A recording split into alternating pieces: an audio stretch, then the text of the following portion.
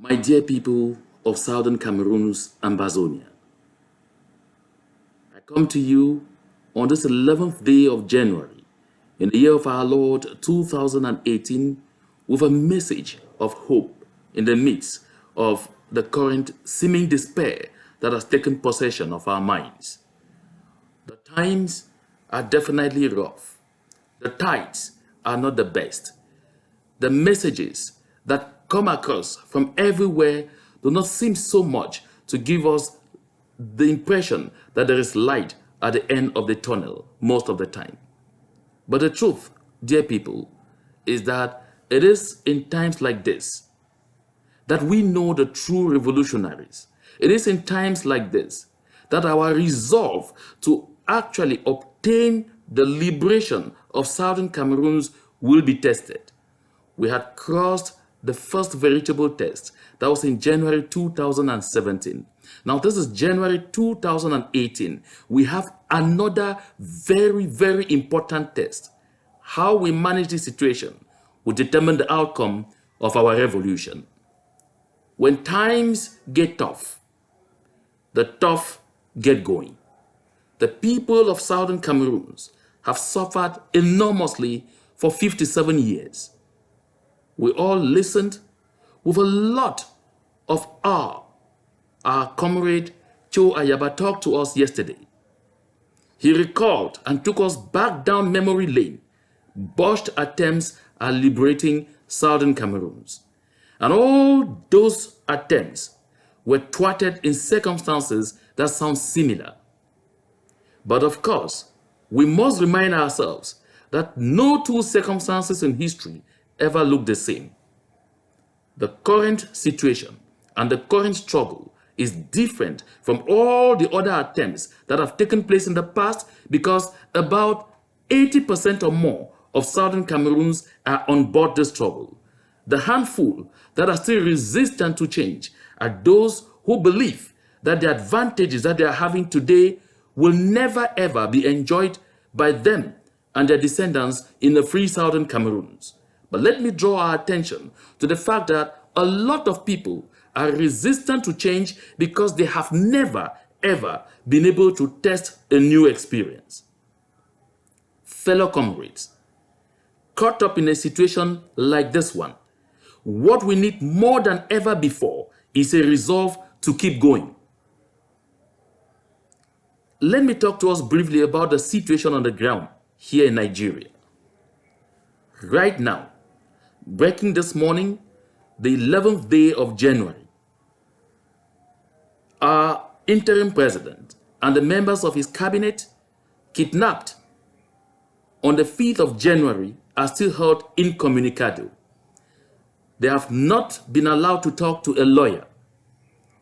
All what we have heard thus far, and from phone calls I made this morning to those who are directly concerned with this matter, all we can report as progress is information by proxy that our leaders are in good health, that our leaders are in order, that our interim president and those among them who deserve to take their drugs are being allowed to take their drugs. But at the same time, we really can't go to sleep with such information until someone actually confirms to us that I have had a face-to-face discussion with interim President Sisiku. My dear brothers and sisters, we have listened to all sorts of theories around this arrest. The narratives are changing by the day.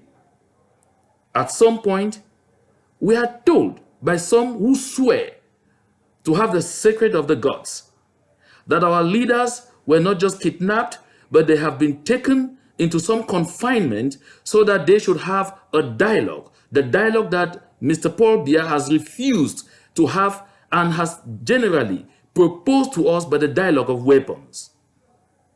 Granted that this is a desire to take our leaders in so they could sit in a confinement and talk with the people of La République. But let us tell ourselves that the approach hasn't been respectable enough, that the approach hasn't been the best, Because I've seen a number of write-ups where people are making an analogy between what happened with President Carter of the United States in Camp David, with Palestinian and Israeli representatives. But mark the difference. Here, people were simply invited, and when they arrived, they were told, you'll be held incommunicado and go nowhere until you reach an agreement. But this particular situation is an abduction of people who sat down innocently to discuss about the plight of thousands of other people rendered homeless, rendered with nothing to eat by a genocidal regime headed by Mr. Paul Biya. If it is dialogue that is at the center of this abduction, then this kind of dialogue wouldn't be the genuine kind of dialogue that the people of Southern Cameroon have yearned for all this while. If you go down back memory's lane, you will realize that even right from the days of the consortium, all our press releases have insisted on the need for dialogue in the presence of a third party. And this dialogue has always been requested to be an open and public dialogue. The people of Southern Cameroon have refused any under-the-table arrangements. If information I have this morning is to receive any kind of credence, then another military aeroplane left Yaounde for Abuja with journalists on board. Are they coming to forcefully extract public declarations from our leaders in an attempt to botch this struggle? The people of Southern Cameroon have gone beyond that. The people of Southern Cameroon will refuse any global conspiracy to maintain us in slavery and servitude. I recall that in the early days of this revolution, Comrade Tassan Wilfred shouted loud and clear when Barrister Bala Nkongo Felix and Fontemneba were in captivity at Kondenge in Yaounde. And we heard that there were attempts by the regime to try to negotiate with them while they were in confinement. He said loud and clear that the people of Southern Cameroon will not accept any arrangements that will come out of discussions with people under captivity. And the reason is simple, that under captivity, people do not discuss with their normal faculties. That under captivity, people are made to discuss from a position of weakness. Inasmuch as we all trust our leaders, because I must recall here that our interim president, Sisiku Tabe, made it crystal clear on France 24 when he was given the opportunity that the freedom of the people of Southern Cameroon is non-negotiable. And he said that this freedom is something he will fight right up to his very last days. And he pointed out that it is a cause he is ready to even die for. This leaves us to be very confident that even at the point of the bayonet, our interim president, Sisiku Tabe, will never betray the people of Southern Cameroon. That said, the narrative all the same should make us stand ready that sometimes it's possible even for iron to be bended, depending on the circumstances. Our leaders will count on us to be able to decipher what they could do in normal circumstances and what they will not be able to do when found in a very terrible and unacceptable situation. My dear people of Southern Cameroon, we can all observe, therefore, from this, that the theory of our people already being transferred to Yaounde is fake. Now, what is also happening is that as the days are going by, La République du Cameroun suspiciously stays mute officially. The Nigerian government suspiciously stays mute officially. It is still in application of that kind of policy and principle that we will shout on rooftops, walk on the streets until we get tired, and we will forget and they will do what they want to do. they will carry out their evil plans against our leaders. The message I have for them is that the people of Southern Cameroons will never be tired. We will only get tired when we would have had all those who are in captivity, both at home and abroad, released. We will only be tired when we would have seen our boss anchor in Boya and we drop out in Boya and shout at the top of our voices that free, free, free at last. Southern Cameroons is free. Let me draw our attention to the need to all permanently rally around our interim government. We have seen the decision that the interim government has taken to put in place a presidential council of 3 to work for us. Some may question the wisdom of putting 3 people, but let us note at this specific point in time, what the interim government needs from us is support. What the interim government needs from us is encouragement. What the interim government needs from us is the respect of all the directives that they will give us to follow. Putting in place a trilogy is even very important because these people will always have to concert and come out with a decision from a very level head that will make us be able to overcome these rough moments. Oh, how I see us coming out from this rough moment bigger and stronger than we were before. My dear people of Southern Cameroons, let me take a little leaf from Grey's Anatomy, where they say there comes a point where it all becomes too much, when we get too tired to fight anymore, so we give up. That's when the real work begins. To find hope where there seems to be absolutely none at all. I watch with a lot of pleasure our comrades in the United States of America assemble in Washington in thick cold to call on the conscience of the authorities of Nigeria to do what the world expects of them, to be that democracy that the world is beginning to say they are, to be the leaders, the big brother that Southern Cameroonians have generally looked up to.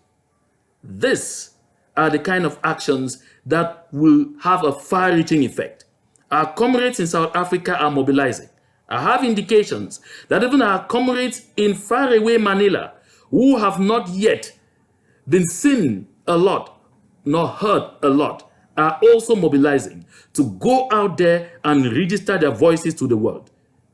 I must extend hearty congratulations to our people on Ground Zero, who by their resilience have demonstrated in 3 clear days of not just ghost towns, but reinforced school boycotts.